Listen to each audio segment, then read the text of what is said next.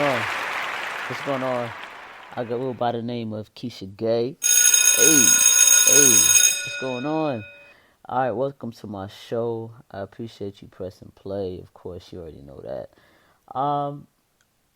This one is very dear to me because it has to do with my provisioning and becoming of who I am today, and I just want to speak something on it because a lot of us go through things, and we have different stories of our transitioning to who we are, and I want to speak on mine. And for anybody that's young, they might listen to it and they understand where some things take place at a certain time in your life, and hindsight is 2020, and then you look back on it and you're like, damn, this is why. So let me tell you my story. I want to speak on something specific. There was I lived in you can call it a project, you can call it a complex. It's pretty much the same. Uh, Ocean Village in New York, Far Rockaway, New York. I live in Far Rockaway, Queens, and I live on the 11th floor. And by the way, I've had boyfriends at this time, so I'll put that out there. And I thought I was attracted to males, but a lot of things confused a lot of situations where I knew that that wasn't it. But this particular situation knew that something was different for me because I live on the 11th floor in one building, and there was two women that lived in an opposite building from me, and they're on the same floor as me, right?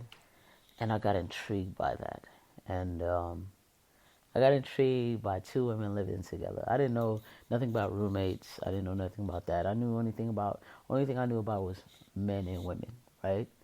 So I translated automatically to them being together. That's my imagination. You know what I'm saying? I created a soap opera and everything for this situation because I would go on we had a balcony, and I go on my balcony, lights out. You can't see I'm on the balcony, and I'm just sitting there watching them through the window or their balcony and trying to see what they're doing and trying to imagine what's happening. And when that was my thing. Like, I'll look out the window and see if they're there. That's before I moved, because I moved to a different building, but I was like 12 or 13 at that time. And I'm like, what are they doing? Like I've never been intrigued by two people living together. I don't care about a man and a woman living together. I was intrigued by two women living together. Like, what's happening with this? You know what I mean? And it provoked everything in me because I was provoked previously before that about me and my sexuality, and but it kept on coming. You pay attention to things that you're interested in. That's number one. You understand that as you get older, that you're drawn to things that you're actually interested in. So I'm interested in understanding why these two women live together and what's happening while they live together. And I don't know if I've seen them kiss before. I don't even remember that. Um, but I was always sitting there on my balcony seeing what they were doing and looking through the window like a fucking stalker, yo. And please, I hope they forgive me for this because I was just trying to understand. I was a kid, 12, 13, trying to understand what was happening and what was going on, and the feelings that I actually had. I wanted to understand the feelings as well. In the time when I was growing up, in the early 90s, um, that wasn't something talked about. Well, not even early 90s. I think that was the 90s right there. And yeah, early 90s, 91, 92. That wasn't talked about. That wasn't something that we knew anything about. So we had to use our imagination. We had to snoop. We had to, you know what I mean? Like, observe. And I think that's where a lot of my observation comes from. We observe a lot. Like, we try to understand, who am I? And I'm not a stalker. I don't stalk everybody. I'm stalking them. Like these are motherfuckers I want to know about. You know what I mean? Like there's a lot of people on different floors that's happening and doing shit, and but them they intrigue me. And another thing, just for anybody that's listening that's young, whatever brings out like draws your attention, that might be it. You know what I mean? You know what I mean? Like I'm talking about sober activities.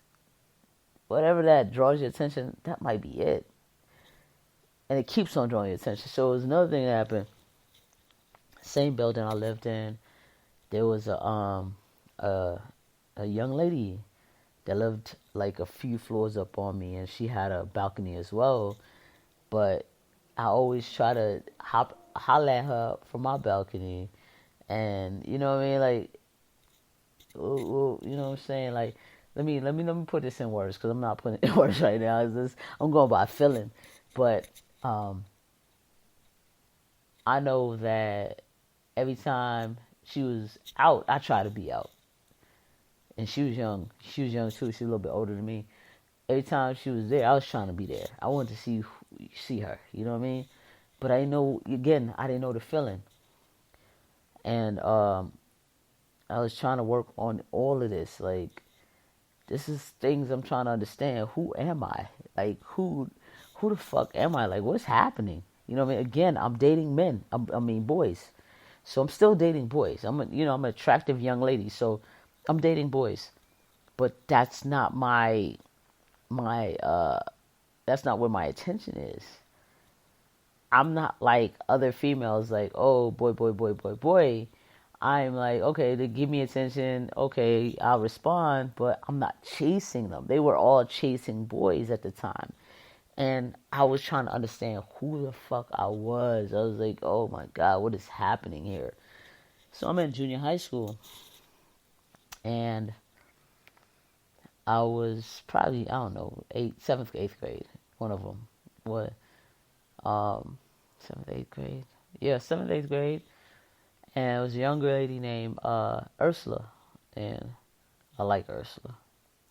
I didn't know I liked her, but let me tell you the story behind this one. What happened with her was every time we was in person, I treated a certain type of way, right? But when we were on the phone, we chopping it up like real, for real hard. This is the crazy thing about it. When we in person, we got on the phone one time, and she was like, why every time we in person, you don't say nothing? Like, and I was like, playing it off. I don't know, some shit. We going to class, da-da-da-da-da, some bullshit. But I'm on the phone, I be super, like, telling jokes, da-da-da-da-da. And then I had to figure it out, like, yo, you like her. And I figured it out later, though. I didn't figure it out right away, because I didn't even try to get at her. So she don't even know I like her to this day. But I was attracted to her. And being in 8th grade and being attracted to a girl and you a girl, it's like, what the fuck?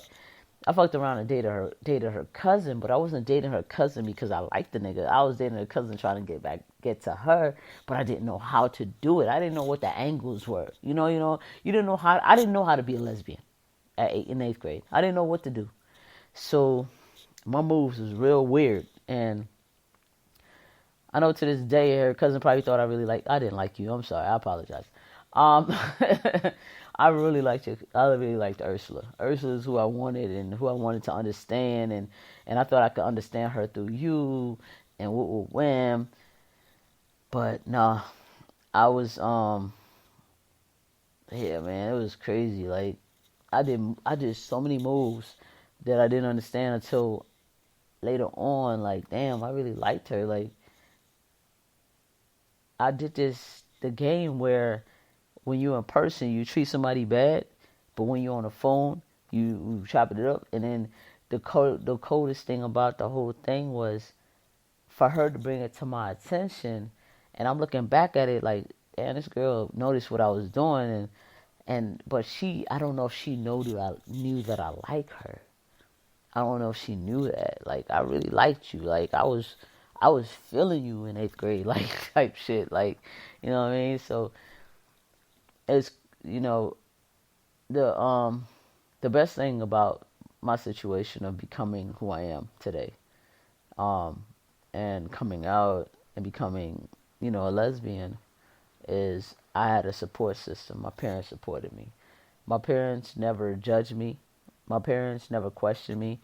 Um, when I changed the way I dress, nobody said anything. Not even my grandmother. My grandmother was one of the people that raised me when I was little. So nobody, nobody in my family is, I guess, is different. I don't know why they're different. But my family was the best thing ever. They allowed me to be me. I don't know what made me fearful of being me, but they never questioned it, and I was fearful because I didn't understand the world, and I thought differently than a lot of people, but I was fearful because I didn't understand the world, and I didn't, I've never seen anything like me before. It wasn't normal to see lesbians, and when you're 12 and 11, that wasn't a normal circumstance. So when you don't understand, you don't know how to react or act to it. So that was my situation. So I was just like, I fell in love with women, these black women that I've dated, and it's all been black women, by the way. And I just fell in love with these women. These women are just awesome, beautiful people. Like, and I thank God that I got parents that allowed me to be, that allowed me to project who I was and become who I was wholeheartedly. To this day, you hear my podcast, that's a reflection of how I was raised. That was a reflection of them. They allowed me to be me. They bring a lot of things to my attention of society and, acceptance, but sexuality was never one of them. Never, not one. I had not one conversation about sexuality with my parents, and I appreciate them so much. So, anybody that's watching, that's trying to understand who you are, whatever you're drawn to, um, I think that's who you are. That's just my reflection on everything. Whatever you are wholeheartedly drawn to, that's who you are. That's your being. And I try not to deny myself of who I am, because I really love being happy. I love enjoying life. So I appreciate y'all pressing play. I didn't want to take too much of your time on this one. This is just some information. Thank you so much. Appreciate it.